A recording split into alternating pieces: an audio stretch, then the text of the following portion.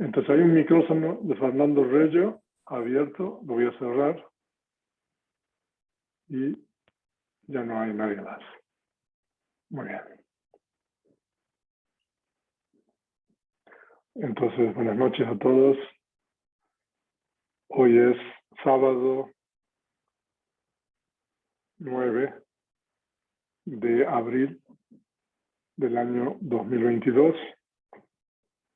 Son las 7:08 p.m. hora de México. Y bueno, hoy día vamos a continuar con este curso Concepto y Realidad, con la clase número 1. Anoche estudiamos la introducción y hoy día vamos a continuar con el tema. Entonces nosotros aquí tenemos este diagrama que explicamos ayer, que no voy a explicar nuevamente, sobre las dos realidades y qué es lo que se puede en cada una de estas dos realidades y la importancia de desarrollar la sabiduría, tanto teórica como práctica, para poder discernir cada una de las dos realidades y para poder cruzar este puente de la sabiduría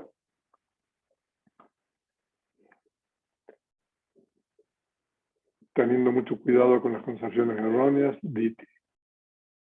Y cuando nosotros practicamos la meditación de la atención plena, a nosotros no se nos explica normalmente, pero las instrucciones de la meditación de la atención plena es de que nosotros observemos las realidades últimas. Porque en las realidades últimas, por ejemplo, la respiración, es posible descubrir, digamos, las características universales de estas realidades. Y es cuando uno descubre estas características que es posible la liberación del sufrimiento. De cualquier manera, a partir creo que de la clase número 5 vamos a entrar un poco más sobre toda esta parte de cómo observar o comprender o discernir la realidad última, después de haber estudiado la realidad convencional. Y bueno, esto lo vimos anteriormente, y esta línea temporal de esta cronología, bueno, aquí hay ese periodo que es muy importante, que es desde el momento del descubrimiento de la iluminación del Buda, que como explicamos ayer en estos versos del Udana, el Buda descubre los Dhammas, ¿no? Y los Dhammas son las realidades últimas, y también el Buda descubre las condiciones de estos Dhammas, y entonces eso es un poco el Buda descubridor, explicamos ayer. Y después el Buda articula en palabras, en conceptos, lo que él descubrió. Entonces cuando el Buda hace eso, entonces tenemos el Buda como maestro, y cuando el Buda enseña, eso es lo que se llama el Buda Vachana, y hasta que el Buda muere. Cuando el Buda muere ya, entonces son los discípulos quienes son los encargados de preservar para las generaciones futuras este Buda Vachana, la palabra del Buda. Eso es un poco lo que vimos ayer. Hoy día he estado muy ocupado con otras cosas. Después le voy a preguntar a Ruti cómo le fue en la revisión. Pero bueno. Y aquí tenemos el contenido, el índice de la clase. La presentación PDF, ustedes pueden navegar, son enlaces.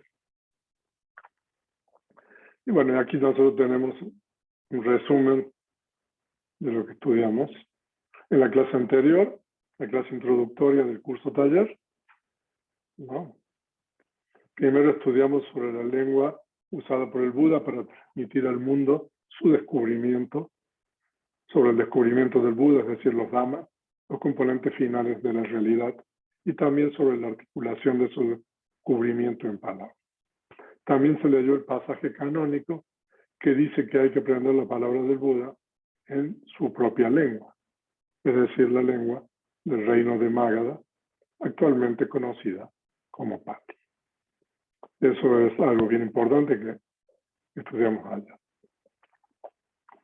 Y a partir de estas primeras palabras, como están registradas en el Udana Pali, a la edad de 35 años, hasta su muerte, a los 80, el Buda imparte una gran cantidad de enseñanzas, las cuales se clasifican en el primer concilio budista,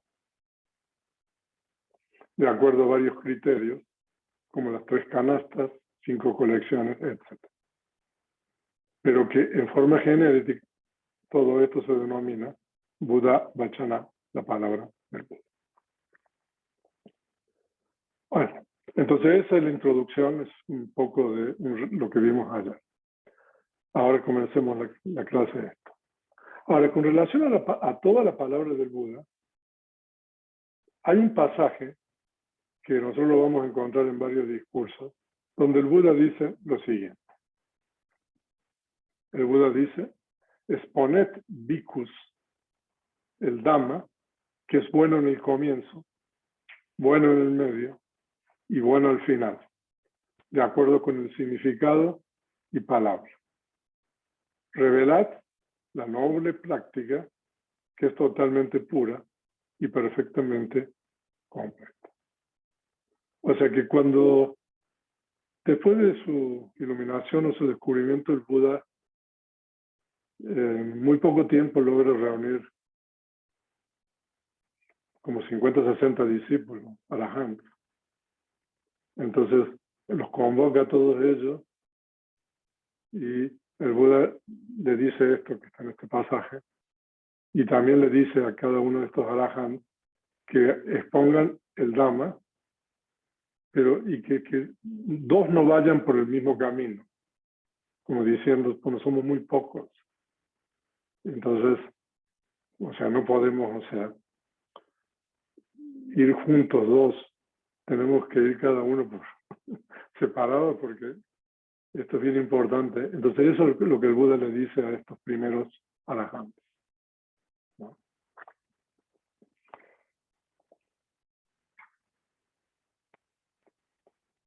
Ahora, en este pasaje anterior, el Buda dice que el Dhamma es bueno en el comienzo. El Dhamma es una voz en Pali masculina. O sea, por eso nosotros ponemos bueno, ¿no? El Dhamma es bueno en el comienzo, bueno en el medio y bueno al final. Eso es lo que dijo en el pasaje anterior. Ahora, ¿qué significa esto? O sea, de acuerdo con la tradición Theravada, esto puede tener varios significados, y yo les voy a explicar algunos de estos significados de cuando el Buda dice en el pasaje anterior que a los bhikkhus estos que vayan y expongan el Dhamma, que es bueno en el comienzo, en el medio y en el final. Ahora, este es el primer significado. Esa es una clasificación de la enseñanza del Buda en 3 grupos, grandes grupos. Primero es la generosidad, es lo que se llama dana. Y después está la virtud o la ética, ¿no? Entonces, cuando uno primero practica generosidad, entonces el Dhamma es bueno. Se dice que ese es el comienzo. Cuando uno ya practica un poco más y practica la ética o la virtud, se dice que el Dhamma es bueno en el medio. Y cuando uno bhavana, desarrollo, cultivo, meditación, se puede traducir. Entonces, cuando uno hace todas las 2 cosas anteriores y practica meditación, bueno, ya, entonces el Dhamma es bueno al final, ¿no? Y es bueno porque ese tipo de acciones son buenas para los demás y son buenas para uno, para que las practica, ¿no? O sea, eso significa. Y hay un segundo significado, que es esta es otra clasificación a lo mejor es más conocida que la anterior, que es en la ética o virtud, sila, entonces el comienzo. La concentración, samadhi, es el medio, y la sabiduría, paña, es el final. ¿No? O sea, de que ese es otro significado cuando el Buda dice que el Dhamma es bueno en el comienzo, en el medio y en el final. Y hay un tercer significado que es el significado realmente que nos interesa a nosotros para esta clase, que se dice que las primeras palabras, el comienzo, las que vimos ayer, nosotros vimos esos 3 versos del Udana, Yadá, Javé, Batu, Avanti, Dhamma, Atapino y Yato Brahmanas, no cuando los Dhammas se le presentan o se les manifiestan al enérgico y contemplativo Brahmana, etc., ¿no? Esas son las primeras palabras que el Buda pronuncia cuando está sentado ahí en el árbol de iluminación. Yo no sé si vieron, pero hay 2 tipos de udanas. No sé si se mencionó eso. ¿No se mencionó? Lo mencioné ayer. Hay un udana que es verbal, cuando uno la expresa verbalmente, y hay un udana que es mental, cuando uno no lo transmite en palabras, sino uno lo tiene en la mente. Entonces, normalmente, nosotros tenemos todos los udanas verbales en este tratado que se llama el Udana Pali. Entonces, hay un documento que después les voy a compartir sobre eso. Pero nosotros no tenemos idea de la cantidad de udanas mentales que hay,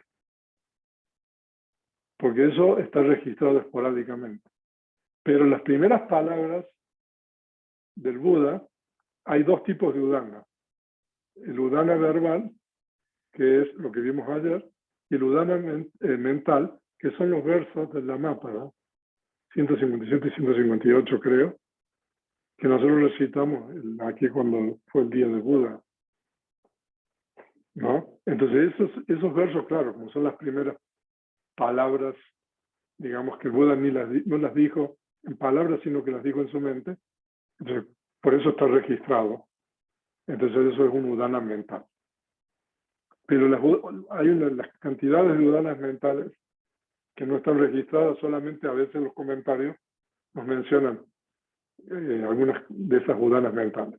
Pero todas las udanas verbales están registradas en este tratado, ¿no? Ahora, udana significa que es algo incontenible. Cuando uno tiene una especie de realización o insight, ¿no?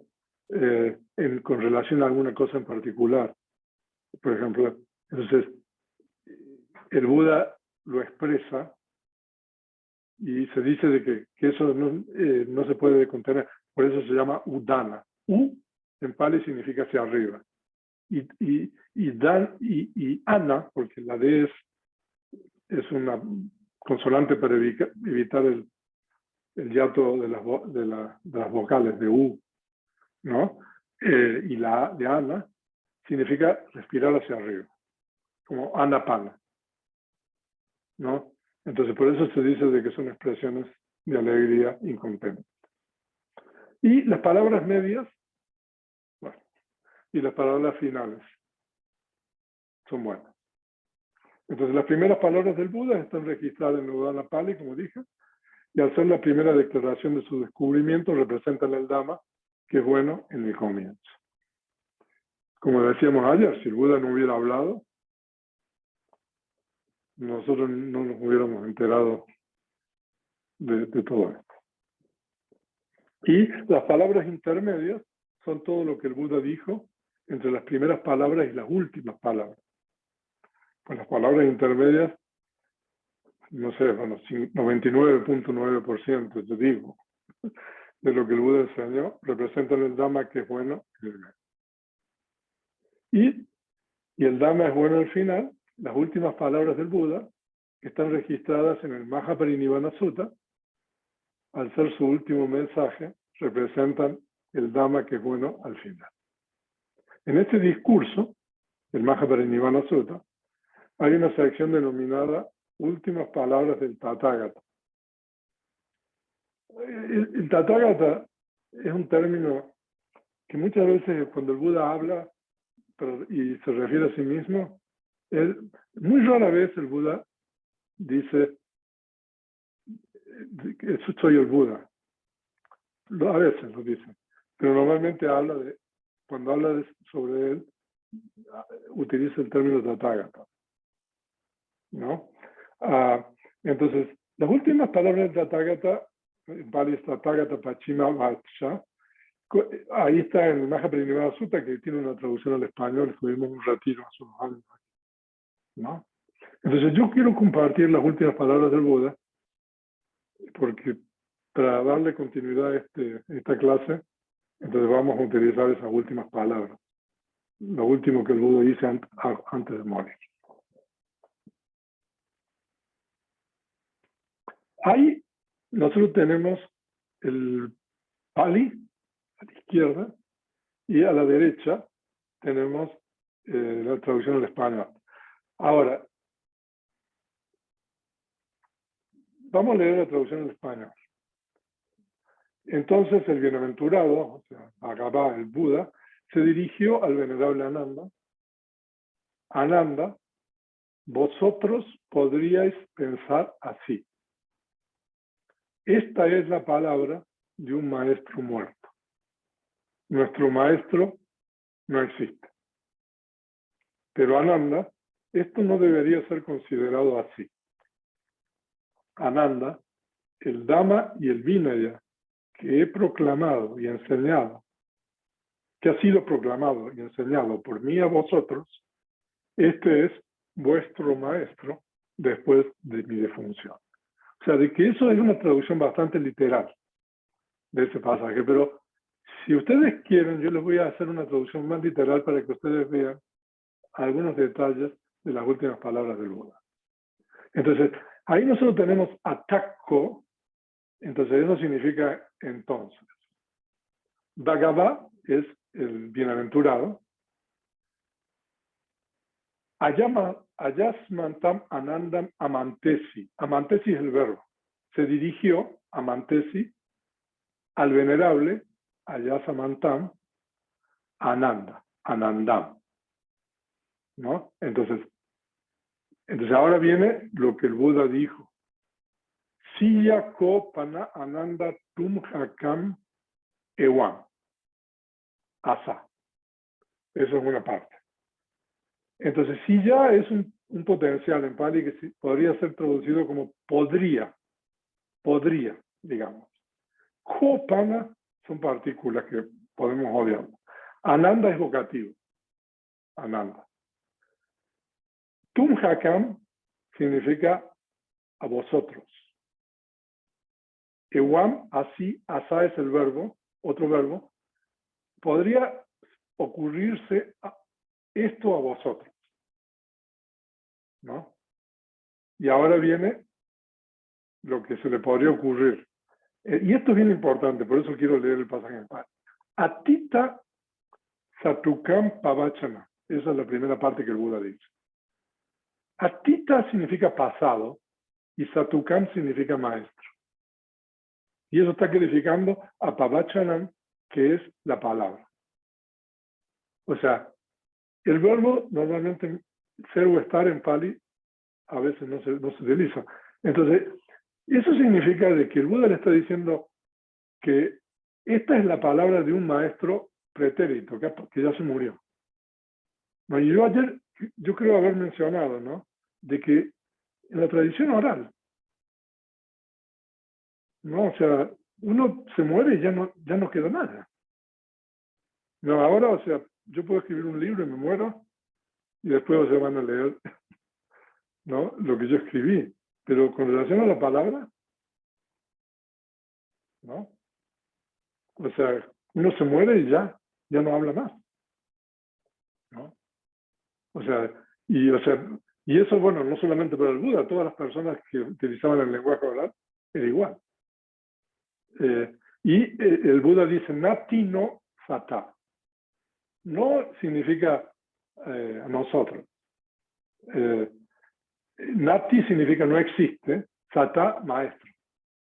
Claro, se murió el Buda, ¿no? Ya habló, ¿no? Entonces ya no hay maestro. Eso es lo que quiere decir. Pero entonces el Buda continúa y dice, Nako pana, pana, ahí significa, pero, pana, na, no, etam, así, esto, ananda, ewan, datavan. Esto no debería ser considerado de esta manera. Entonces ahora viene lo importante para nosotros. Yo hubo ananda, maya, damocha, vinayo, cha, decito, pañato. Entonces, yo damo, ese dama, cha, y yo, vinayo, ese vinaya,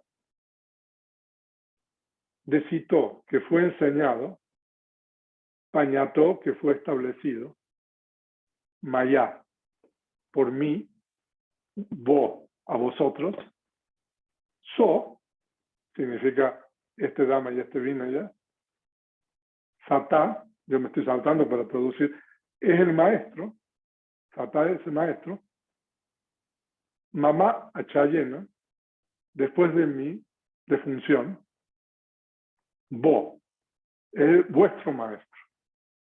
O sea, de que el Buda está diciendo de que todo lo que él enseñó durante los 45 años, las primeras palabras, hasta sus últimas palabras, es el maestro después de la defunción, ¿no? Entonces esas palabras son fundamentales, porque en base a esas palabras del Buda es que la tradición Theravada se dedica a cumplir las últimas palabras del Buda, ¿no? Y la tradición Theravada, yo puedo decir que ha tenido éxito en eso. Vamos a estudiar un poco más sobre eso también, con relación a eso lo que el Buda dijo de que había que hacer, ¿no? Y nosotros vamos a estudiar en esta clase y la siguiente lo difícil que ha sido eso y lo difícil que es. Pero todavía faltan unas palabritas más que ustedes se las saben de memoria, ya ¿cómo se llama? Cintia lo recitó y bueno, supongo yo que Alberto, Julián se la sabe. No les voy a tomar la lección, pero ¿no? Ataco Bhagavá Viku Amantesi.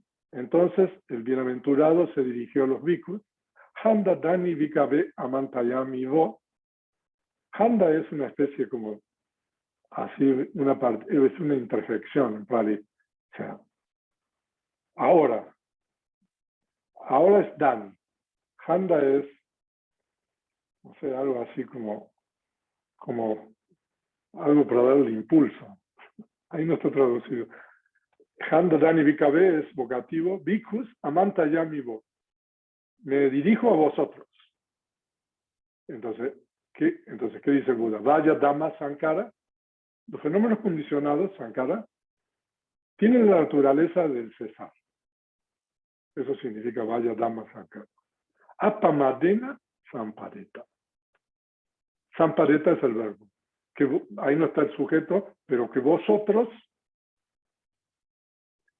esforzaos, algo así, con apadana.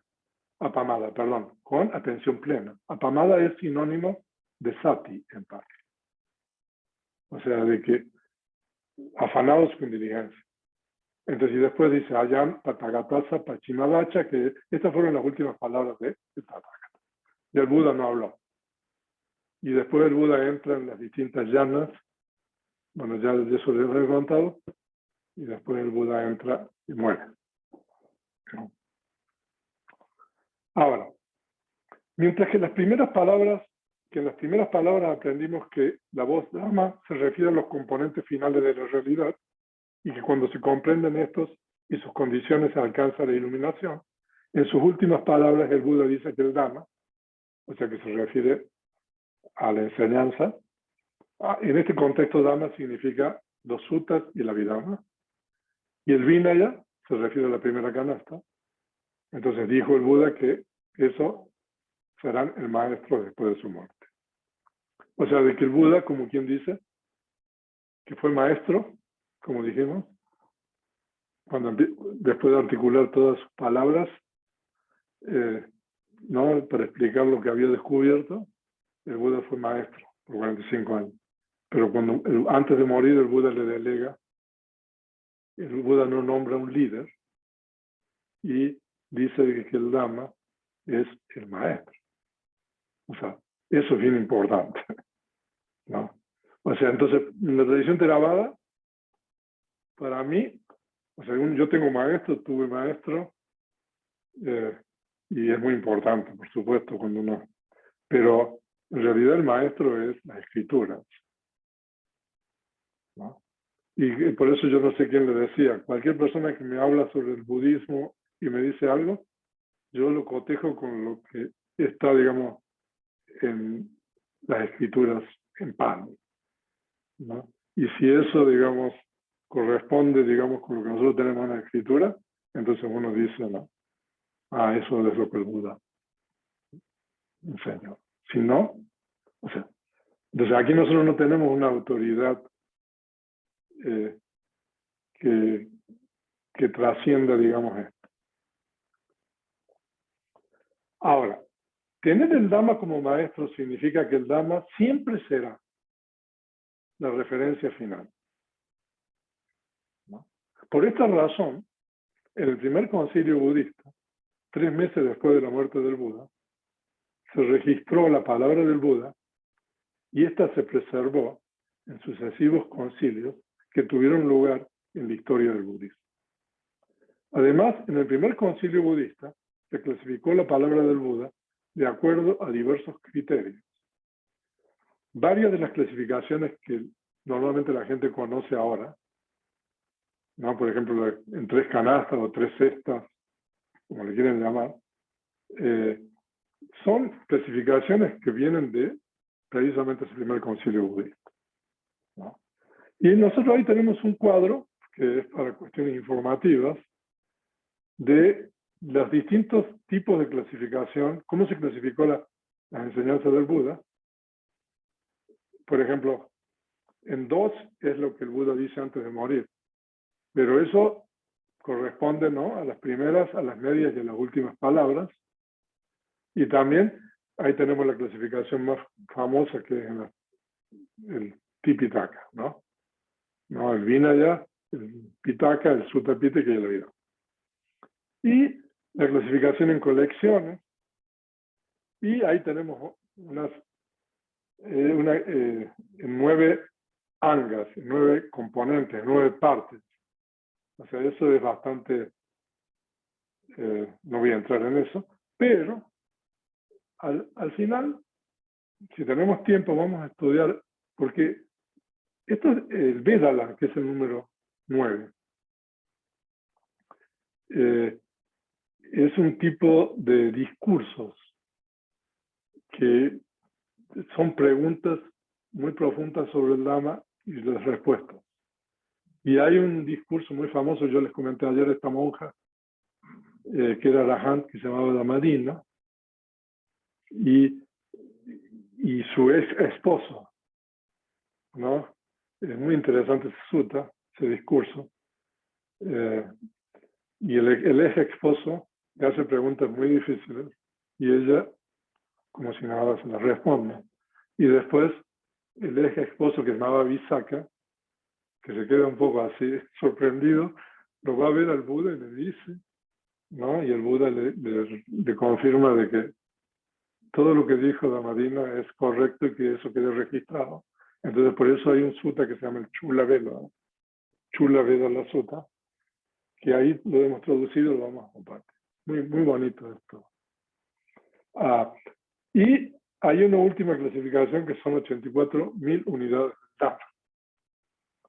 Yo siempre les digo, si ustedes quieren poner en aprieto a los monjes, Pregúntenle cuáles son. No me pregunten a mí. Ok. Ahora, disponer del Dhamma como maestro. O sea, el Buda dijo que el Vinaya y el Dhamma es el maestro.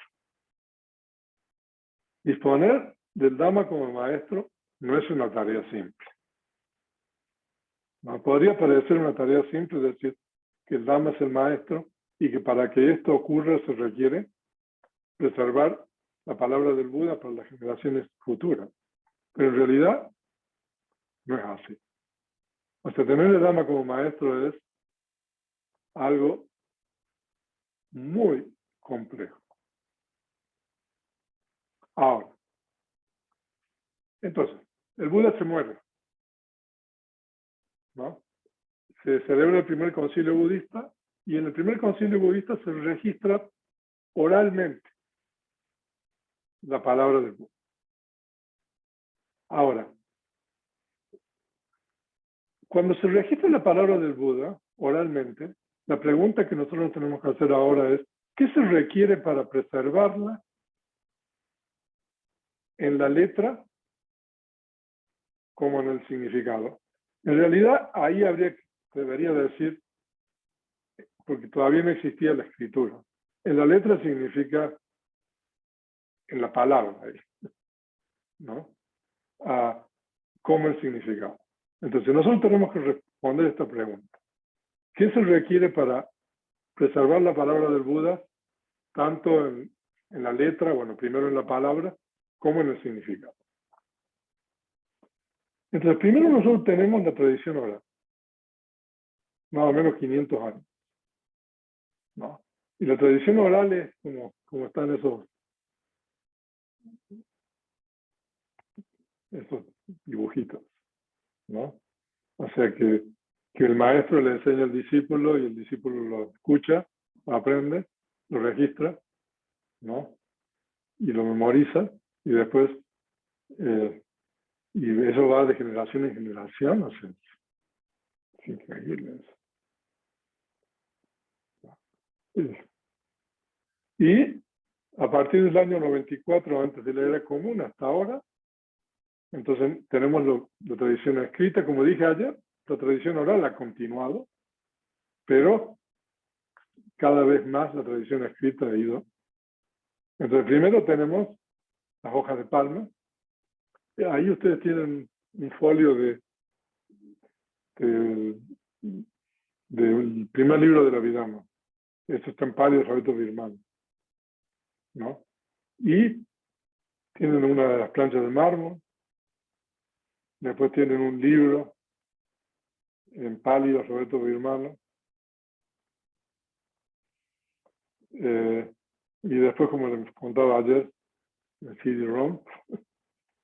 Y, por ejemplo, eso es en el celular, en el móvil.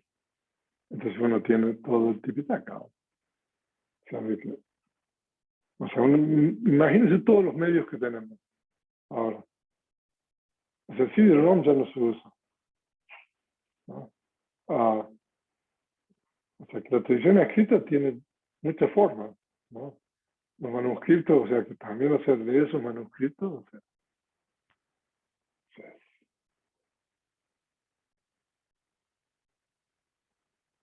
ahora, veamos la preservación de la palabra del Buda en la letra. Ahora, para preservar la palabra del Buda en letra, se requiere una transmisión de generación en generación, sin distorsiones, sin modificación. Miren, allí hay una placa en la entrada de la sala de meditación, que es el verso 183 del Dhammapada, que es las enseñanzas del Buda en 3 líneas, ¿no? Entonces, Sarapa pasa a Karanam, Kusalasa Upasampadasa, Chetaparillo de Panar, Etam Budana, Pasanam. Y eso significa no hacer ningún mal, generar el bien, purificarla propiamente. Esta es la enseñanza de los Budas. O sea, que para preservar la palabra del Buda en la letra, ¿qué hay que hacer? Significa que nosotros tenemos que transmitir de generación en generación eso que está en Pali hasta ahora. O sea que ahí tenemos el año 2022 y lo tenemos, digamos, igual.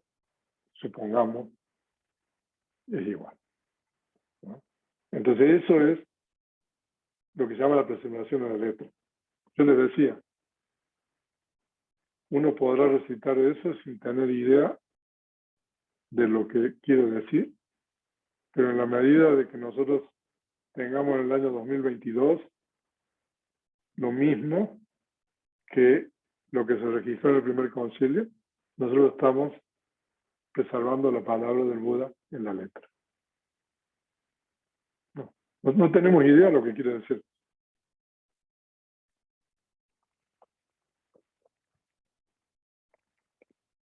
Ahora, la tradición Theravada ha logrado preservar la palabra del Buda en la letra durante este periodo de 2565 años, desde la muerte del Buda hasta nuestros días, actualmente el año 2022, y prueba de esto es la completa disponibilidad del Tipitaka en 40 volúmenes, en la edición del Sexto Concilio Budista, que se celebró en el año 1956. Y también ustedes tienen el Tipitaka en otras ediciones. O sea, de que, por ejemplo, se van a Tailandia, entonces está una edición, van a Sri Lanka, ustedes tienen una edición de Sri Lanka, o sea de que, pero básicamente es lo mismo. Entonces, la tradición Theravada ha logrado preservar eso en la letra. ¿Ok? O sea, ya eso es importante. Ahora, si bien la preservación de la palabra del Buda en la letra ha consistido en la transmisión oral y escrita de generación en generación, la preservación de la misma en el significado es algo de gran complejidad que requiere de lo que se podría denominar herramientas de la tradición. Ahora, ¿cómo uno sabe lo que quiere decir eso que está en Pali, ese verso? Entonces, entender eso correctamente es lo que se llama la preservación de la palabra del Buda, el significado. Y eso, como les dije, es algo muy complejo. O sea, entonces ahí tenemos el verso y ¿qué quiere decir eso? O sea, yo les puse ahí la traducción en español, pero en realidad nosotros tenemos que entender eso en Pali, ¿no? Ahora, ¿cuál es el significado de esto? ¿Qué se requiere para pasar de la letra, que es lo que está ahí en ese verso, al significado de la letra? Respuesta, las herramientas de la tradición. Ahora, y para poder pasar de la letra al significado de la palabra del Buda, se requiere recurrir a las herramientas de la tradición. Y yo he puesto 4. Primero, conocer profundamente los tratados gramaticales de la lengua pali. Número 2, saber cómo utilizar los comentarios y los subcomentarios. Ahora voy a explicar sobre eso en cada una de las láminas. Y número 3, el Abhidhamma. Saber Abhidhamma. Número 4, la guía de un maestro calificado.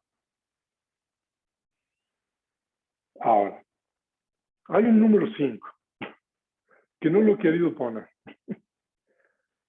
pero yo creo que se da, no lo he querido poner porque yo creo que está implícito en todo esto, que es practicar las enseñanzas del Buda, ¿no? La práctica de lo que el Buda enseña. Pero me parece de que eso está implícito ahí. Si ustedes quieren agregar en sus propias presentaciones, agréguenlo. Entonces, veamos cada una de estas herramientas de una manera así. Entonces, nosotros queremos saber qué significa ese verso, ¿no? El venerable Siddhananda decía, ahí están las enseñanzas del Buda en pocas palabras. Pero, ¿qué significa el mal?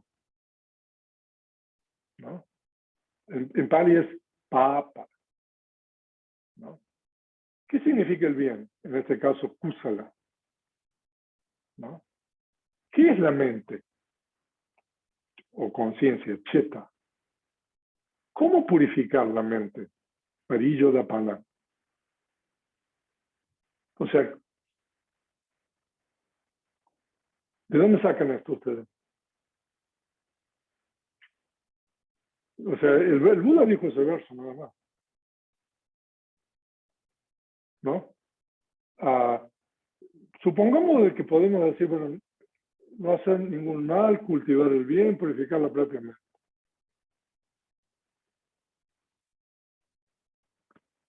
¿Qué es el mal? ¿Qué es el bien? ¿Cómo purificar la mente? ¿De dónde sacan eso? Las herramientas de la tradición permiten responder estas preguntas. Ahora, veamos las herramientas de la tradición. Entonces, la primera es los tratados gramaticales de la lengua pali. Entonces, esta es la primera herramienta para poder pasar de la letra al significado. Consiste en adquirir un conocimiento sólido de la gramática pali más antigua, llamada Kachayana, porque este tratado es la autoridad final para poder comprender la palabra del Buda en el Tipitaka. O sea que normalmente usted toma una palabra, por ejemplo, de un sutra,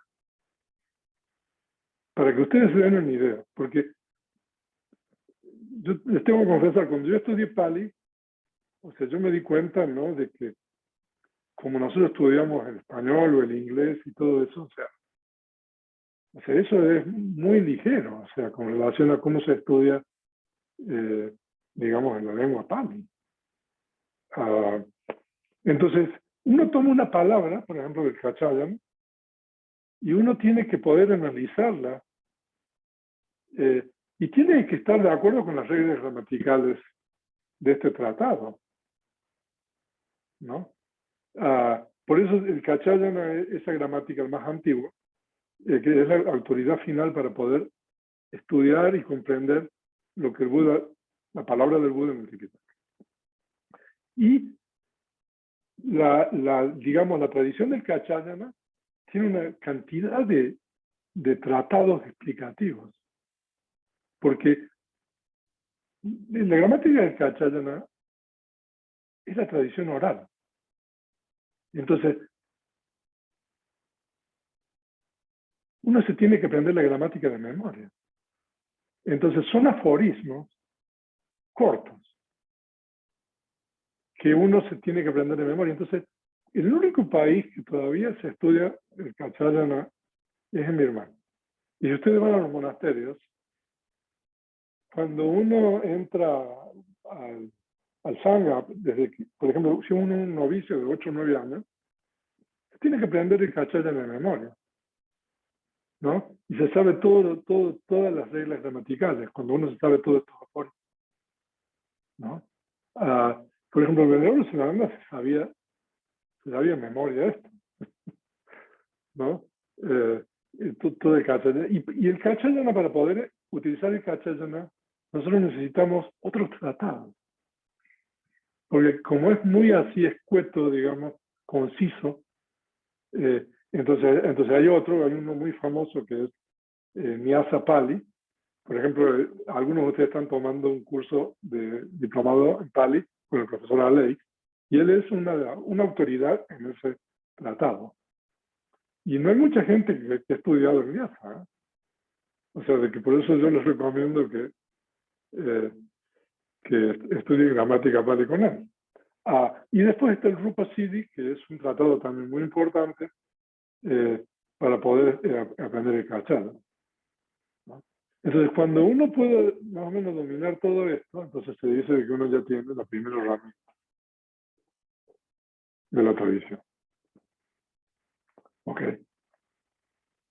No me vaya a decir Severino ahora de que tiene 80 años de nuevo, ¿no? Y que no va a estudiar Pali. Por supuesto que no, esto no es para que estudiemos Pali, ¿no? Es para otra cosa, pero ya lo vamos a explicar. Y la segunda herramienta es los comentarios, atácata.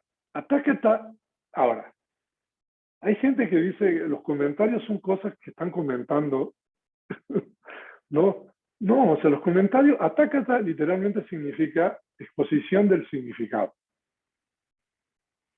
Ahora, de acuerdo con la tradición Theravada, cuando el Buda todavía estaba en vida,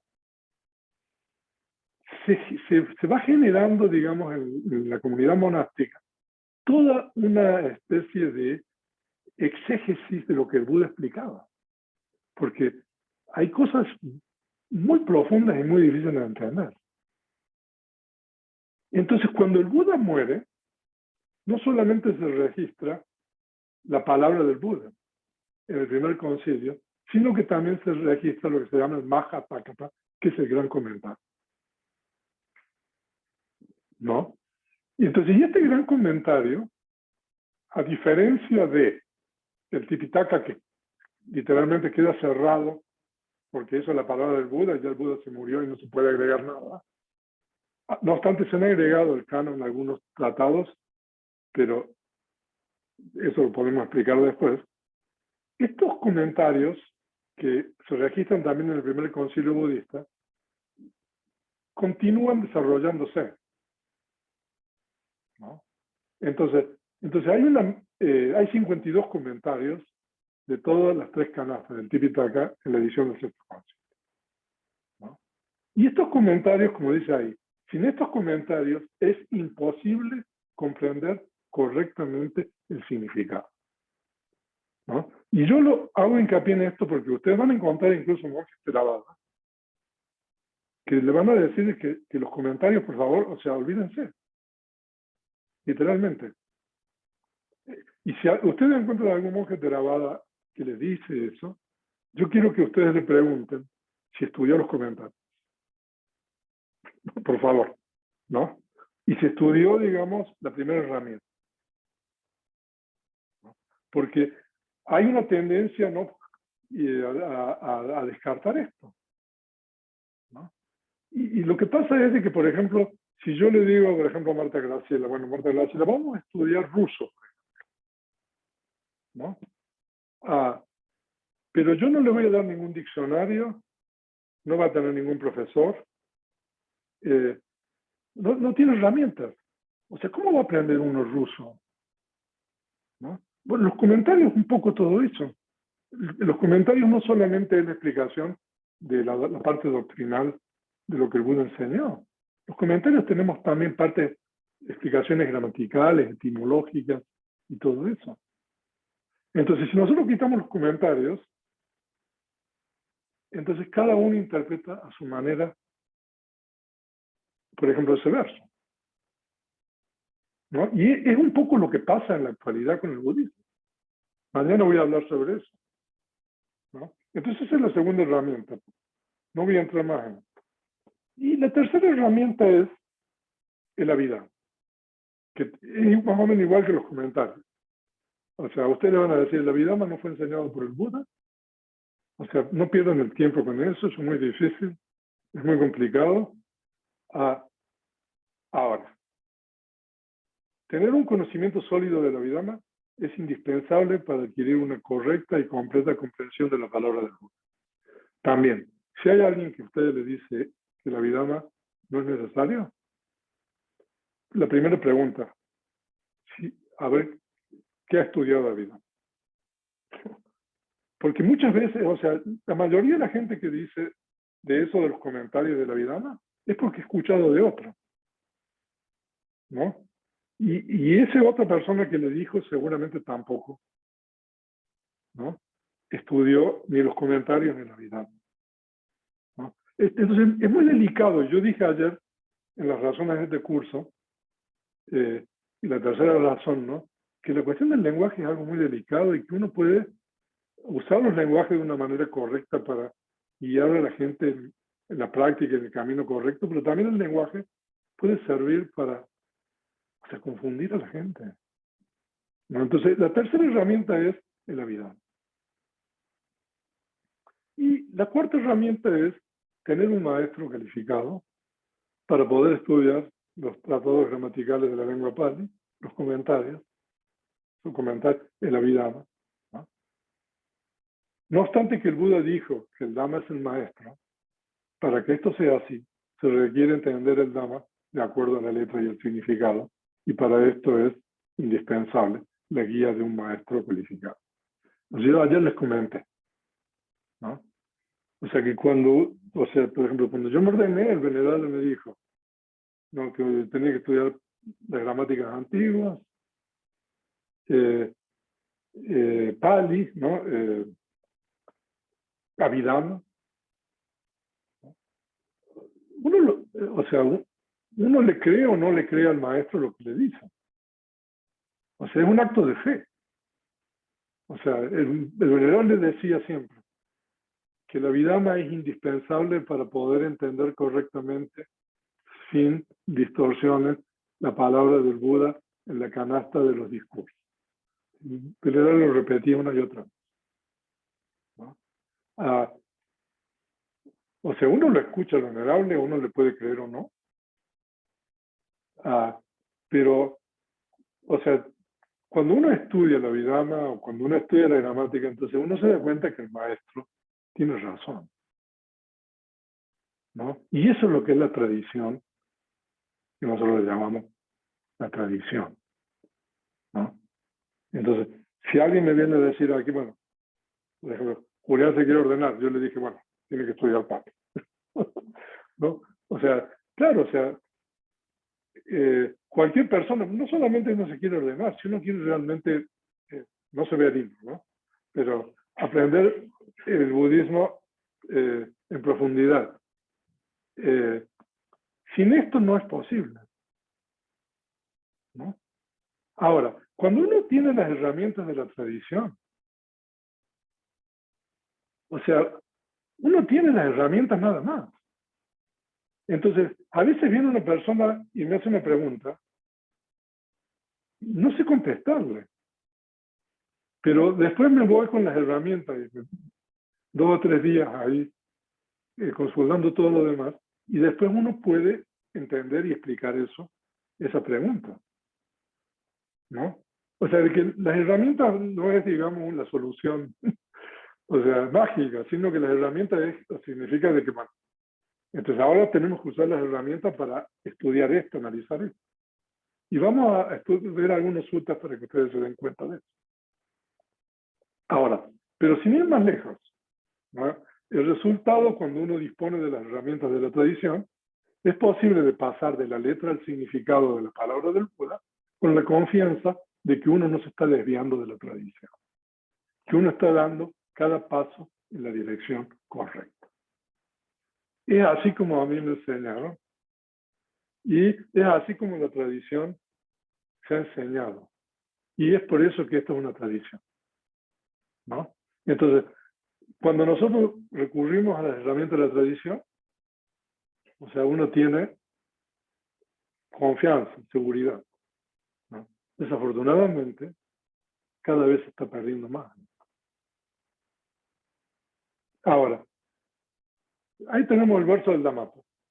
Entonces, con las herramientas de la tradición, nosotros podemos responder qué es el mal,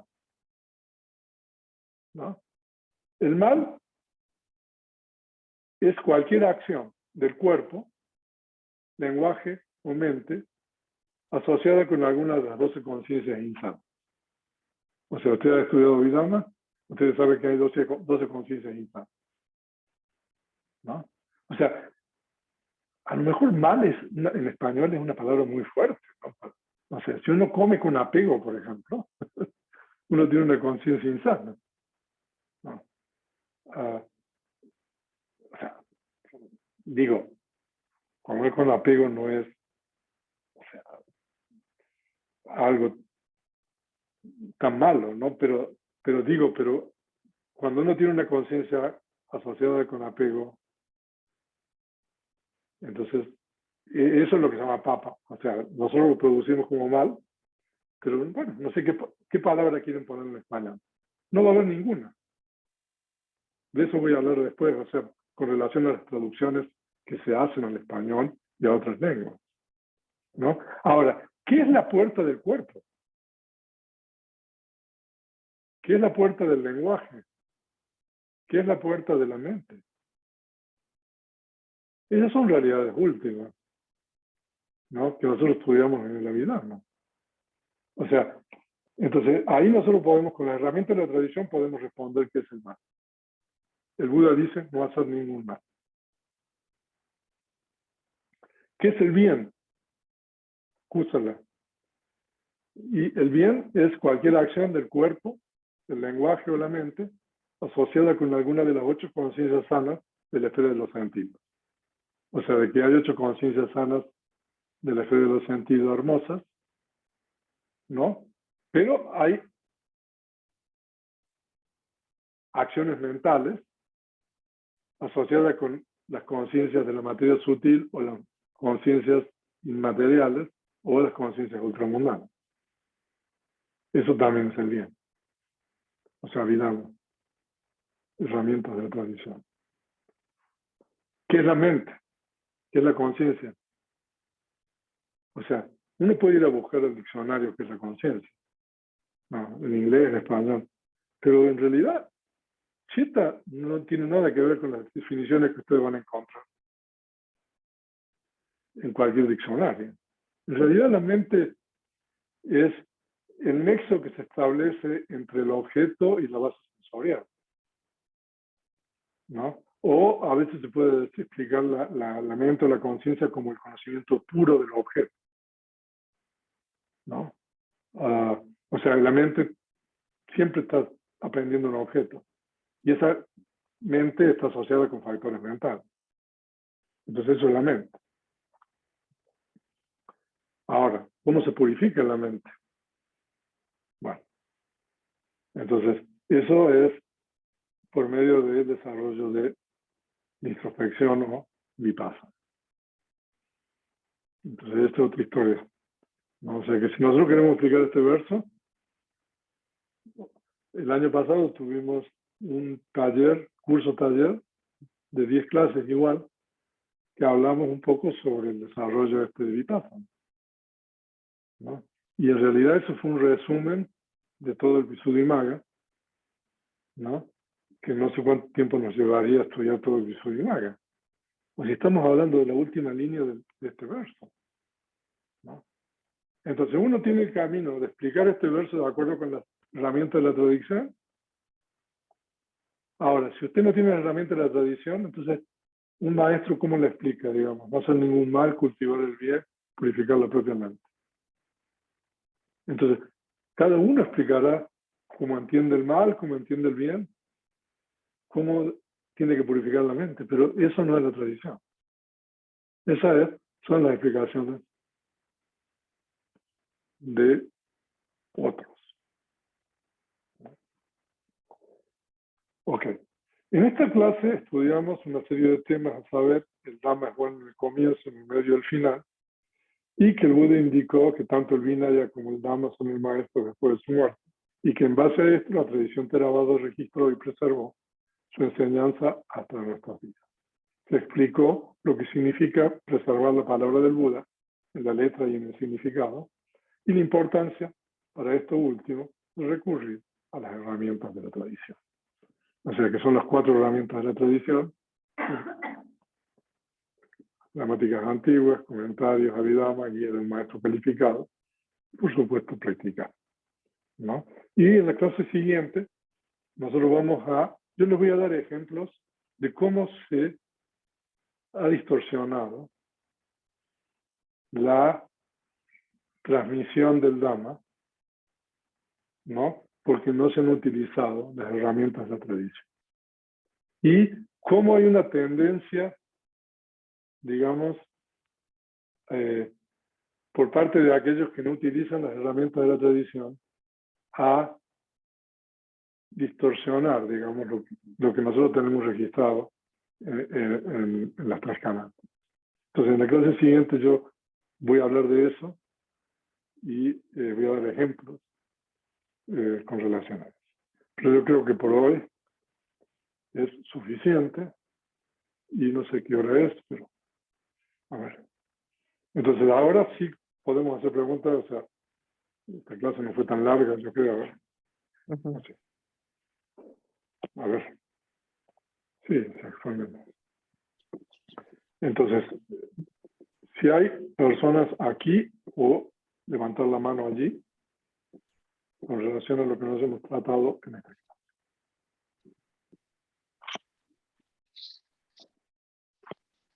clase. Ahora, ¿cómo vamos a hacer ahora? Ana. Ok.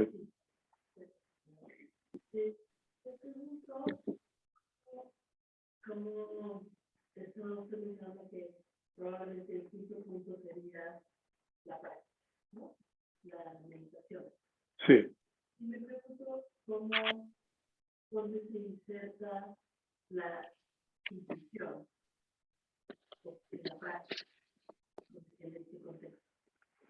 O sea, que esa es una pregunta, porque la práctica a uno le da, digamos, una capacidad de entendimiento de la palabra del Buda que uno no lo va a obtener si uno no tiene la práctica, ¿no? O sea, y bueno, ahí la intuición, o el insight, ¿no? Es muy importante. O sea, que por eso normalmente, si uno estudió las gramáticas antiguas, estudió los comentarios, estudió la Abhidhamma, ¿no? Supone que uno también ha practicado, ¿no? Pero lo que pasa es que ahora hay cada vez más laicos y como se ha vuelto una disciplina académica todo esto, y cada vez hay más personas conocedores de todo esto, ¿no? Es difícil tener, digamos, la gente que conozca todo eso, ¿no? Pero lo que pasa es, por eso lo que yo les decía, las herramientas son las herramientas, ¿no? Entonces uno maneja las herramientas y bueno, y a uno le viene con un problema y entonces uno con las herramientas puede resolver, ¿no? Cuando yo estaba en Estados Unidos, antes de venir aquí, en Estados Unidos hay se ha difundido mucho toda la cuestión de vipassana, ¿no? De la práctica y sobre todo de personas laicas. Y ha habido, ¿no? Bueno, por lo menos mucha gente conocida, digamos, allá, que en realidad piensan que solamente hay que practicar, ¿no? Y hay una especie de, ¿cómo se llama? De no darle importancia, digamos, a la parte del estudio, ¿no? Y eso no es correcto, no es correcto. Porque en realidad las instrucciones que nosotros tenemos para practicar es la palabra de Buda en letra y en significado, ¿no? Ahora, si nosotros tenemos tiempo, porque nosotros estamos practicando de acuerdo con el gran discurso de los fundamentos de la atención. Ahora, yo hoy a la mañana les expliqué de que la atención en la respiración, hay 4 fases de cómo uno observa la respiración. Ahora, si usted lee esos pasajes en Pali y uno no ha leído los comentarios, el Abhidhamma y no sabe la gramática Pali, es imposible entender esos pasajes. Ahora, si ustedes quieren, yo les voy a mostrar traducciones al inglés de esos pasajes, o incluso al español. Bueno, la traducción al español, o sea, ¿no?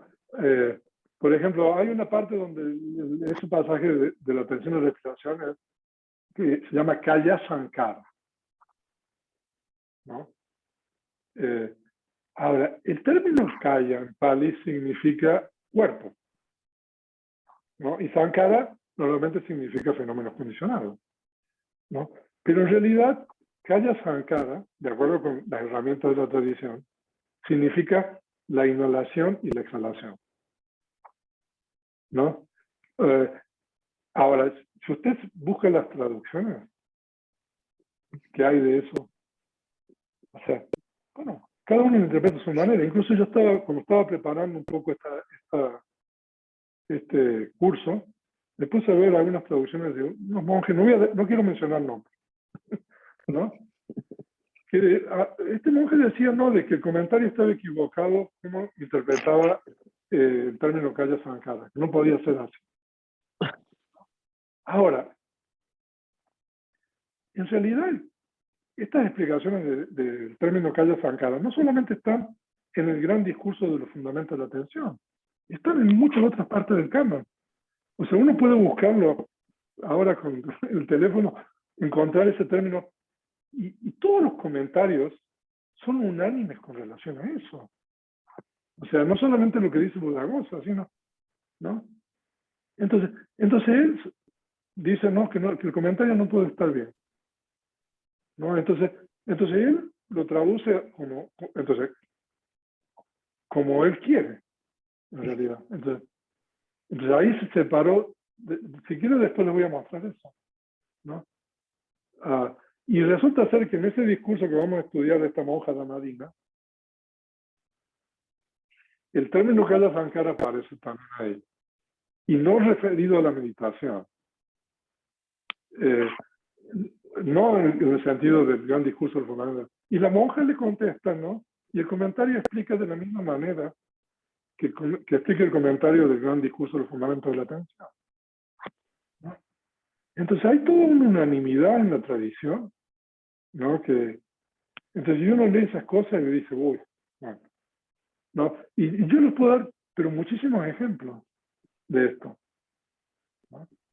El venerable Usinananda se irritaba mucho cuando veía esto, ¿no? O sea, Ruti lo puede comentar, ¿no?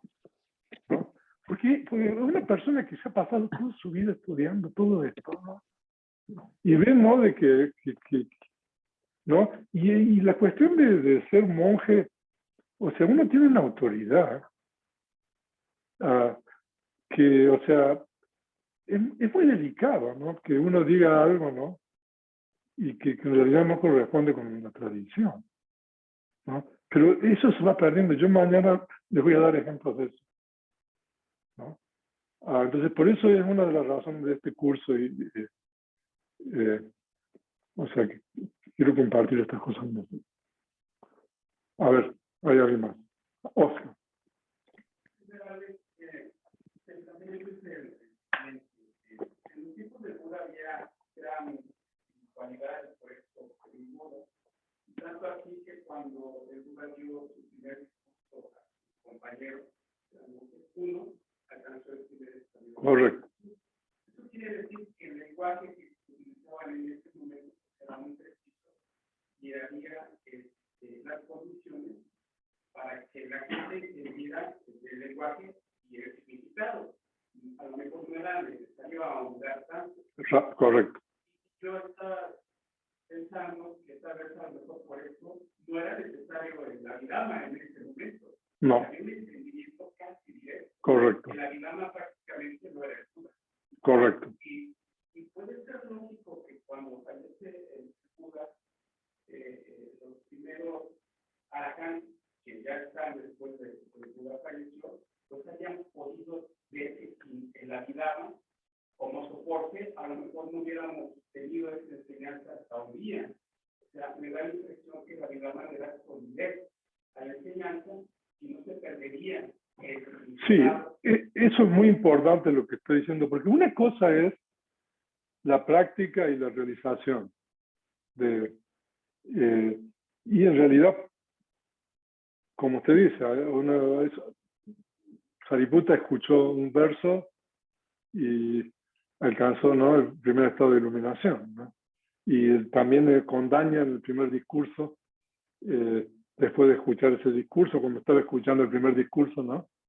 O sea, de que en realidad no había mucho ahí de palabra y significado, ¿no? Pero esa gente practicó, digamos, y alcanzó. Pero lo que nosotros estamos hablando aquí es de la cuestión de la preservación de la palabra del Buda, porque después de que se murió el Buda, o sea, la única forma que la gente practica correctamente es si la letra y el significado están correctamente en orden.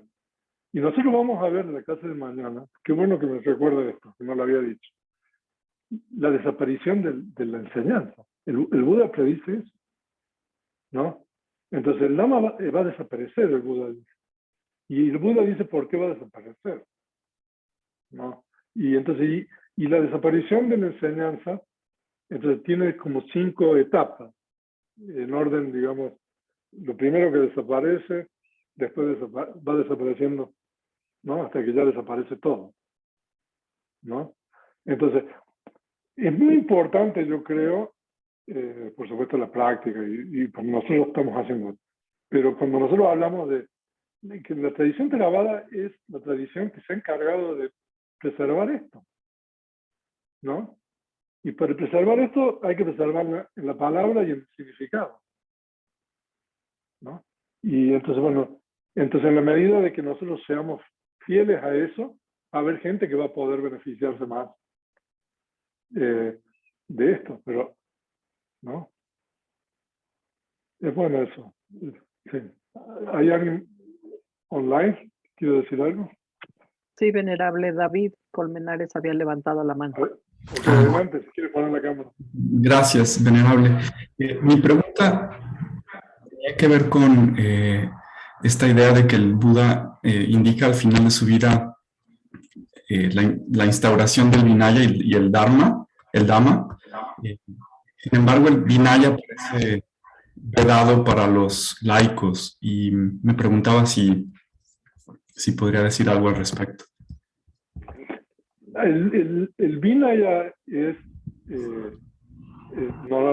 para la comunidad monástica. O sea, que son un poco las reglas que el Buda establece, ¿no? Para el Sangha, ¿no? El Sangha son, históricamente, o sea, los bhikkhus, las bhikkhunis, y antes de ser bhikkhu uno es samanera, que es novicio, y samaneri, que es novicio. Entonces, el Vinaya es un poco, tiene un poco todas las reglas de disciplina, y lo que se llama el patimokkha, que son las reglas de disciplina que tienen que seguir los monjes. Y también en el Vinaya hay un poco, por ejemplo, cuando uno quiere ordenar a un monje, por ejemplo, cómo hay que hacer eso, todos los procedimientos, digamos, no sé, distintos tipos de ceremonias o actos de sangha, que se llama sangha kama, en Pali. No sé, por ejemplo, a veces, o sea, yo les doy un ejemplo, cuando estaba en Estados Unidos, no sé, la gente, no sé, hay cosas raras, pasan cosas raras en una casa. Entonces hay un acto de sangha, ¿no?, que los monjes van y hacen, ¿no?, esas recitaciones, por ejemplo. Todo eso está en el Vinaya. O sea, de que los laicos, en realidad, se rigen un poco, desde el punto de vista de la ética, hay algunos discursos que son importantes, por ejemplo, este discurso de, ¿cómo se llama? Sigala Sutta, ¿no? Entonces ahí usted, o sea, un poco la ética de los laicos. Pero el Vinaya en realidad es algo que es solamente dominio de la comunidad, ¿no? Y dentro del Vinaya, de las reglas de disciplina, hay una división muy importante, que es lo que se llaman las reglas que uno tiene que transgredir porque son las faltas del mundo, loka vaya, se llama en Pali. Por ejemplo, matar o dañar a un ser sintiente, por ejemplo. Esa regla es no solamente para los monjes, o sea, de acuerdo con la enseñanza del Buda. Entonces, todo lo que son loka vaya, son comunes a los laicos y a los monásticos. Por ejemplo, no sé, no apropiarse de cosas, ¿no?, que a uno no le pertenecen, no sé. Hay una cantidad de cosas que son transgresiones éticas para cualquiera que las haga. Pero dentro del vina ya hay una gran cantidad de reglas que en Pali se denominan pañativaya, que son reglas establecidas. Y que en realidad, por ejemplo, ustedes vienen aquí al monasterio y tienen un precepto, ¿no?, que es no comer después del mediodía. O sea, en realidad eso, o sea, no tiene nada de malo comer después del mediodía, ¿no? No sé, otro precepto, no sé, no escuchar, no sé, música o cosas así, ¿no? O sea, en realidad, pero, entonces, eso es lo que se llaman las reglas establecidas. O sea, de que no hay una falta, pero uno las adopta porque hay una serie de ventajas espirituales, digamos, el no comer después del mediodía, ¿no?, que según no les puede explicar. Entonces uno las adopta a esas cosas voluntariamente y las sigue. Pero esas cosas, de acuerdo con la enseñanza del Buda, no son, digamos, falta. Pero hay cosas que sí que son falta y eso es común a los laicos y a los monásticos. No sé si la pregunta es, Dani. Sí, gracias, venerable. Ok. Hay algo en el chat que lo que pasa es que no sé si alguien me lo puede leer porque yo no, de aquí no leo. Fernando Reyo pregunta, venerable, se A ver. dice que el Dhamma no se escribió porque no había tradición que escribir en la época. Pregunto, ¿no había ya tradición de escribir en sánscrito? Ya existía la literatura védica. Sí, pero era tradición oral también. O sea que no había, digamos, o sea, los Vedas también es transmisión oral. O sea, en Pali hay algunas palabras que se refieren a la escritura. Por ejemplo, hay un verbo, likati, ¿no?, que es, likati significa como rasgar, ¿no? O sea, porque, pero claro, la escritura era algo muy rudimentario que se utilizaba para cosas muy básicas, pero no para... Lo que pasa es que, Fernando, es una buena pregunta, y ayer mencionamos algo así, ¿no?, de que el Buda habló, ¿no? Y cualquier otra forma de registrar que no sea la que el Buda utilizó es como disminuir. No obstante, después se escribió, ¿no? Y los Vedas eran antes del Buda, ¿no? O sea que también en la tradición védica es así, ¿no? Pero sí, o sea, no, eso de escritura no. Ahora, la India, si uno ve con otras civilizaciones, la escritura llega tardíamente, ¿no? Porque, por ejemplo, en las civilizaciones de la Mesopotamia y todo, o sea, ellos estaban muy adelantados. Pero ahí hay una cuestión muy misteriosa, porque antes de la época de los Vedas, está lo que se llama la civilización del Valle del Indo, que es una civilización que se descubrió, ¿no? Más o menos cuando se empiezan a descubrir todas las cuestiones de los egipcios y todo eso. Y claro, ¿no?, el descubrimiento de las civilizaciones egipcias es tan impresionante que eclipsó, digamos, todas las otras descubrimientos que hubo, ¿no? Entonces, pero esta civilización del Valle del Indo es una civilización que existía más o menos algo así como 2000 años antes de la era común, o 3000 años. Y esta civilización era una civilización aparentemente pacífica. O sea, que no, o sea, y ahí tengo un libro en la biblioteca con con fotos de esas civilizaciones muy, muy lindas. Y esa civilización tenía escritura, aparentemente, que todavía no se puede descifrar, ¿no? Entonces esta teoría, porque esto también es una cuestión, o sea, muy de controversia, porque la teoría que normalmente se acepta es de que los indoeuropeos, el sánscrito es una lengua indoeuropea que viene de lo que actualmente es Ucrania, todo este problema, ¿no? Y como usaban, digamos, el caballo y la rueda, ¿no?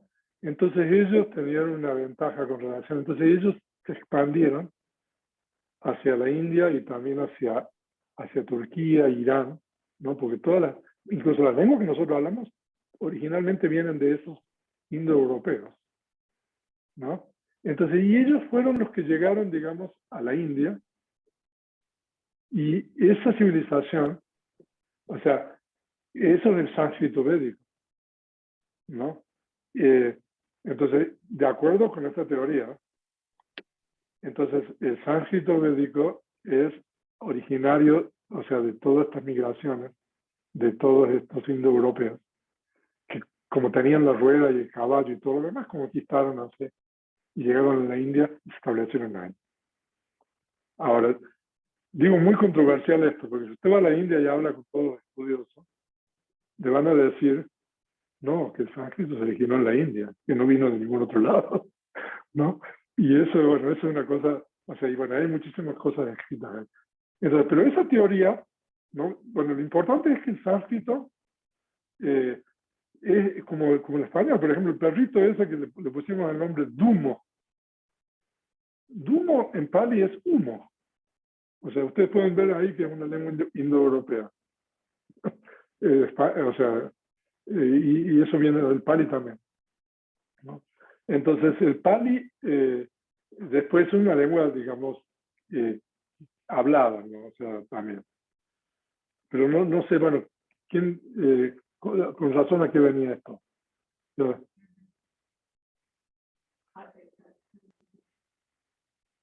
¿Quién era esta? A la pregunta de Fernando Reyo, venerable, Ajá. de la tradición de escribir en sánscrito, que si ya existía la No literatura existía. No. En realidad la escritura viene mucho después, ¿no? O sea, sí. Pero lo que quería decir es que esta civilización del Valle del Indo, que antecede, digamos, por muchos siglos, digamos, a la civilización de los Vedas y la civilización budista, aparentemente tenía escritura, que no ha sido descifrada. Así. Hay un libro, si quieren ver en la biblioteca, con fotos. ¿Qué más? Venerable, hay otra pregunta en el chat de Marisol. Dice, venerable, ¿nos puede contar sobre el origen del Abhidhamma? ¿Es verdad que es una enseñanza que el Buda impartió a los devas y no a los humanos? Gracias por su respuesta. La tradición Theravada sostiene eso, de que el Buda, el 7º año después de su iluminación, hubo una especie ahí de competencia con los líderes de otras persuasiones religiosas, ¿no? Ahí en Savatthi, que era la capital del reino de Kosala, y ahí el Buda hizo una serie de milagros. O sea, y se dice de que el Buda desapareció del mundo humano y fue ahí al plano de Taratín, el plano de los devas, y estuvo 3 meses. Y entonces la gente que estaba ahí, o sea, se quedó tan impactada por eso que decidió esperar que el Buda regresara, ¿no? Y entonces se dice de que los discípulos que tenían conocimientos directos dijeron de que el Buda no iba a regresar al mismo lugar, sino que iba a regresar a otro lugar después de 3 meses. Entonces, y se dice de que el Buda estuvo 3 meses, pero lo que pasa es de que se dice de que el Buda descendía al plano humano para alimentar su cuerpo y dejaba una réplica de sí mismo enseñando la Abhidhamma, y cuando descendía a recibir los alimentos le daba una sinopsis a Sariputta de lo que había enseñado los devas.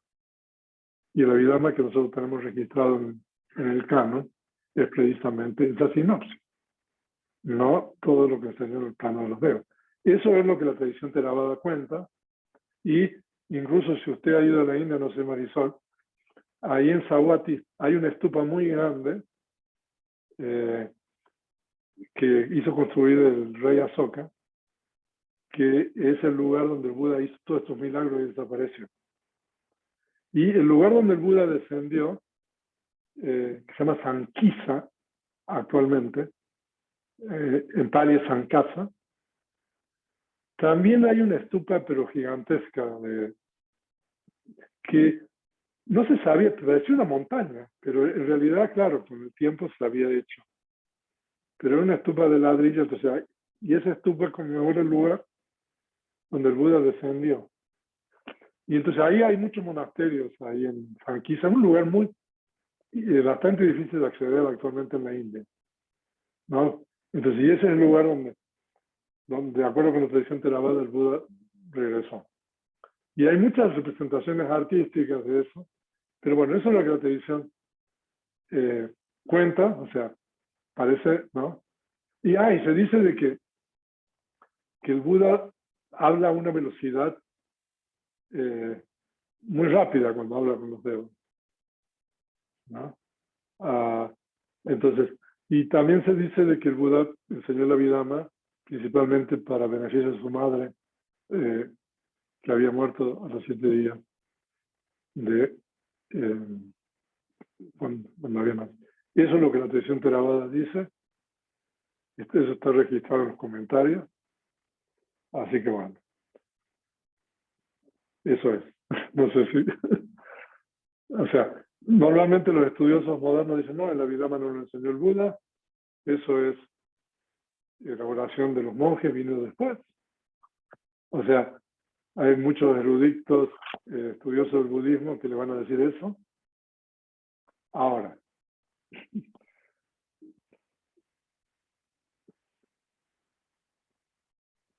no se pueden entender muchas cosas si uno no sabe el Dhamma. O sea,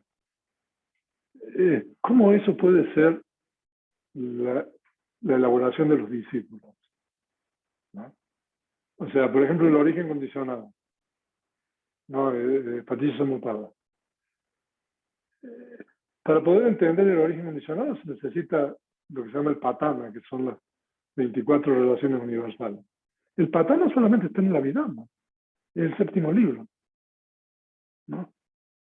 Entonces, ¿cómo es posible de que para entender algo, ¿no?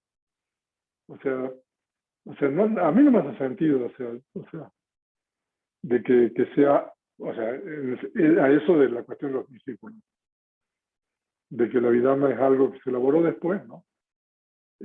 Y ahora, lo que pasa es que algunos argumentos de los estudiosos son bien convincentes, ¿no? Porque muchas de las organizaciones, digamos, del primer libro, están, digamos, en algunos de los discursos, ¿no? Pero bueno, no podemos entrar en eso. ¿Qué más? Miguel de Anquín pregunta, actualmente hay 3 cánones, el Pali, el chino y el tibetano. ¿Los cánones chino y tibetano son una réplica del Pali o tienen diferencias? No. Primero, el canon chino está en chino. Y esa no es una lengua indoeuropea, o sea, que eso es una traducción, ¿no? O sea, a lo mejor dentro de, no sé, 500 años podemos decir hay un canon español, ¿no? Pero ¿y dónde está el original de eso? El Buda no vivió en la China. ¿no? Y el canon chino se deriva, digamos, de las tradiciones que permanecieron en el norte de la India después de que el budismo Theravada se fue hacia el sur, ¿no? O sea, esto es bien interesante, o sea, bueno, y el otro canon tibetano también son traducciones. O sea, el tibetano no es una lengua que no tiene nada que ver con las lenguas del subcontinente de la India, ni con el pali ni con el sánscrito, ¿no? Entonces, lo que pasa es lo siguiente, de que en la época de 230 años después de la muerte del Buda, y mañana voy a hablar de eso, empieza ya a haber muchas discrepancias en la interpretación. Y por eso quería hablar de la herramienta de la tradición. Entonces se hace el tercer concilio budista. Y el rey Asoka promueve el Theravada. O sea, su hijo Mahinda y su hija Sangamita son Bhikkhu y Vipuni y llevan el budismo hacia el sur, hacia Sri Lanka, ¿no? Entonces todo el budismo pali se va desplazando hacia el sur de la India y hacia Sri Lanka, ¿no? Y, o sea, lo que nosotros tenemos que entender aquí, yo creo, es de que para poder mantener la tradición se requiere, digamos, de muchísimos recursos para poder preservar la palabra del Buda en la letra y el significado. Asoka mandó todos sus recursos hacia el sur. Y se va perdiendo la tradición Theravada en el lugar del origen del budismo. El resultado es que cuando llega Buddhaghosa, que son más o menos 1000 años después de Buda, Buddhaghosa, que es gran comentarista de literatura pali, es originario de la India, de acuerdo con... Y en realidad, en la India ya prácticamente no quedaba la tradición completa. Entonces su maestro le dice a Buddhaghosa que se vaya a la India. Se vaya a Sri Lanka. Entonces Buddhaghosa se va a Sri Lanka. Y entonces el budismo que queda en el norte de la India se va fragmentando. Bueno, eso es mi teoría, ¿no? Se va fragmentando. Entonces, y es cuando el sánscrito empieza a, digamos, a desplazar al pali, ¿no? Y entonces empieza a aparecer, digamos, todas estas obras en pali, en sánscrito, perdón, ¿no? Entonces, y es este budismo sánscrito que aparece, que posiblemente en esa época tenían un canon, ¿no? Pero ahora no queda nada de eso. Que cuando llegan los chinos, digamos, se nutren de esos cánones que estaban ahí, como los chinos son tan, digamos, aplicados y todo lo demás, se lo llevan y ellos lo traducen y por eso tenemos el canon chino. Y no quedó, digamos, el canon, digamos, original de donde se tradujo el chino, ¿no? Y el tibetano es aún muy posterior al chino. O sea que son cánones, y bueno, y también yo creo que son testimonios del poder del Dhamma, ¿no? Porque la civilización china y la civilización tibetana son civilizaciones muy diferentes a la civilización en la cual el Buda vivió. Y, o sea, yo creo que es un testimonio, digamos, al poder del Dhamma, ¿no? Y cómo otra civilización, otra cultura puede llegar a entender, digamos, y beneficiarse, nutrirse de todo eso. Pero sí, el único canon que hay completo, y no solamente el canon, sino los comentarios, los subcomentarios, y muchas cosas más, es el canon pali. Y el pali, o sea, es una lengua originaria de India, o sea, hay estudiosos que dicen que el Buda no habló pali, es imposible. La tradición dice que el Buda habló eso, ¿no? Y es una pena que en realidad no se dé el valor que le corresponde al pali, ¿no? O sea, porque desafortunadamente vamos a hablar del poder de los conceptos después. Pero a partir de mañana yo voy a publicar un foro especial para que hablemos sobre la lengua utilizada por el Buda. Y voy a compartir un material para que ustedes los lean y para que podamos continuar esta discusión a lo mejor en el sistema de cursos. ¿Está bien, Miguel?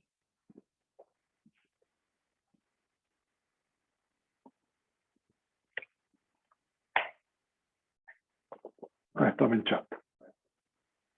No sé qué más dice.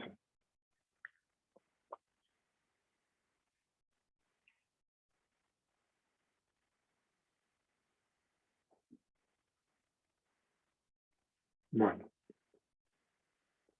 No sé si hay algo más.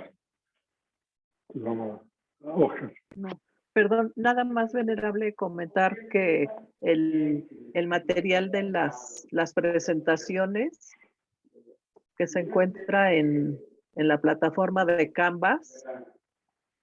¿Ya? Uy, perdón. Sí. A ver, porque Ruti no la están escuchando, ¿no? A ver, después, a ver, Ruti.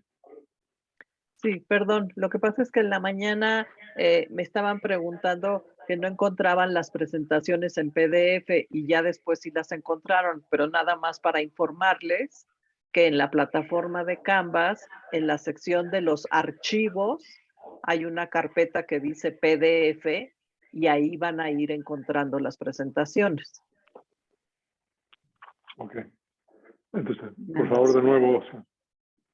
El punto es, me pareciera que en la antigüedad había más exigencia y pues la tradición de la transferencia de la enseñanza era oral y bueno, la escritura ayudó posteriormente para recuperar y me da la impresión que también esto no lo quieran. El nacimiento de la escritura es la tecnología. Y pues yo lo veo, por ejemplo, en el caso de que estamos en celular y pues ya todos demostramos los números de las personas que tenemos. Yo me pregunto si también en ese entonces haya provocado que pues, los venerables por la quisiera un poco laxa, es decir, ya existe la escritura y eso también sea un fenómeno de que la tradición oral haya ido a menor. Ajá. Sí. O sea que, porque cuando una de las razones que se dan para que se escribieron las enseñanzas por primera vez es de que hubo una especie de una guerra civil, digamos, en Sri Lanka, digamos, en la primera era antes de 100 años antes de esta era. Y entonces, y hubo, digamos, escasez de alimentos, entonces gran parte del Sangha se tuvo que ir a la India. Y eso duró como, no sé, más de 15 años. Entonces, y después cuando se arreglaron un poco las cosas, los que se habían ido a la India regresaron y cotejaron, porque seguía la tradición oral. Imagínense, con una guerra, o sea, la tradición oral, o sea uno tiene que Perdón, comer. venerable, perdón, es que las preguntas que hacen en la sala no se escuchan bien en línea. Si nos podría repetir más o menos la pregunta. La pregunta es de cómo usted dice que la escritura significa de que se ha vuelto laxo, digamos, un poco la transmisión con relación a la tradición oral. Sí, o sea, esta es la pregunta, ¿no? Ahora, pero aquí hay otra cosa que es muy importante.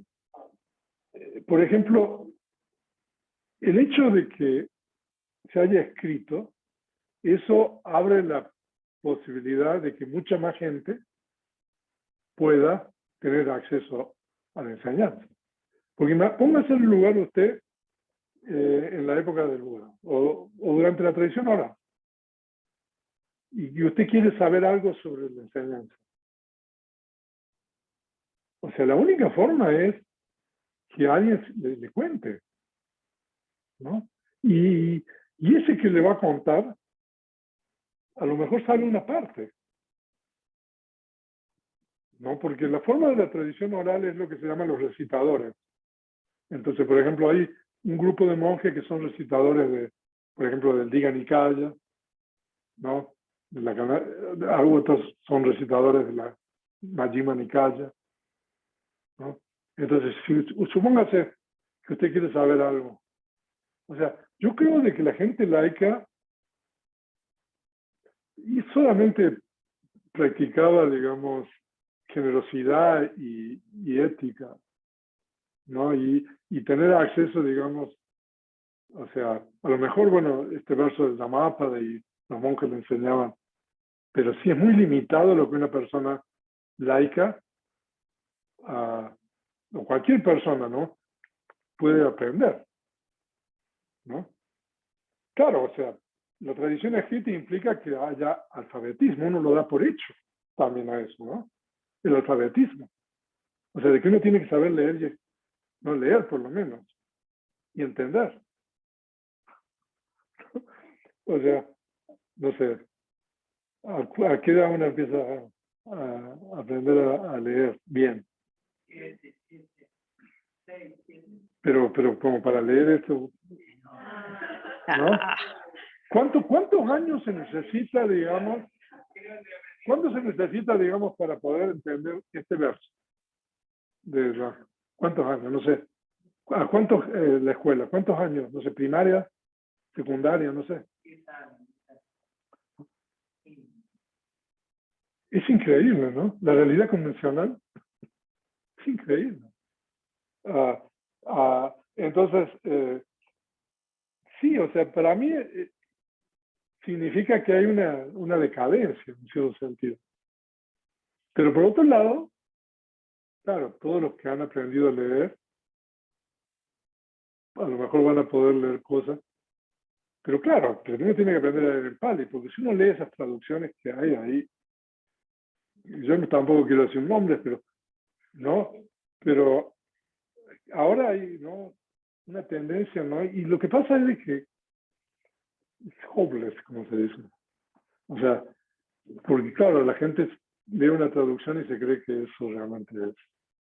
Entonces, pero sí, es muy interesante eso es lo que usted menciona. Pero bueno, en ese foro podemos a lo mejor tratar más sobre ese tema. ¿Ok? Yo creo que por hoy. ¿Hay una mano ahí? No, son las grabaciones. No, Benita. No, ya no hay preguntas, Yo Venerable. creo que da para mucho todo esto, pero bueno, pero limitémoslo. Nada más para complementar la pregunta de Oscar Venerable. Hay un sutra en donde unos discípulos le preguntan a Buda por qué cuando tenía pocos discípulos tenía muchos Arahants y después tenía muchos discípulos pero pocos. Sí. Entonces, ¿cuál era la razón? Pues la razón. Muchos discípulos tenían menos Arahants. ¿Escucharon la pregunta? ¿Ruti? ¿Sí? Sí, Venerable. Sí, o sea, que al comienzo, o sea, en realidad, hay unos 4 versos en la Dhammapada que se llama el Ovada Patimokkha. O sea, que en realidad eso eran todas las reglas de disciplina. El verso ese que leí es uno de los 4 versos del Ovada Patimokkha. O sea, que por muchos años no existían reglas de disciplina para la comunidad monástica, porque eran todos santos. Pero claro, el budismo se popularizó tanto y se expandió, entonces que empezó a entrar gente ahí, entonces el Buda tuvo que empezar a establecer las reglas de disciplina y todo eso para poner un poco de orden, ¿no? Pero sí, pero siguió habiendo también, ¿no? Claro, después se fue mezclando mucho, pero inicialmente el sangre era completamente puro, o sea, eran todos arahants, ¿no? Y después, o sea, cuando se va, entonces ya después, primero el Buda simplemente sabe cómo se ordena uno con los 3 refugios. Eso es la ordenación, ¿no? Entonces ya después, o sea, es un procedimiento. El Buda le responde a los discípulos que él enseña el Dhamma por igual y la responsabilidad está en uno y lo aprovechan. Ajá. Sí. Así que, muy bien. Buenas noches. Mañana continuaremos. Muchas Déjame gracias, grabar. venerable. Ok, hasta luego.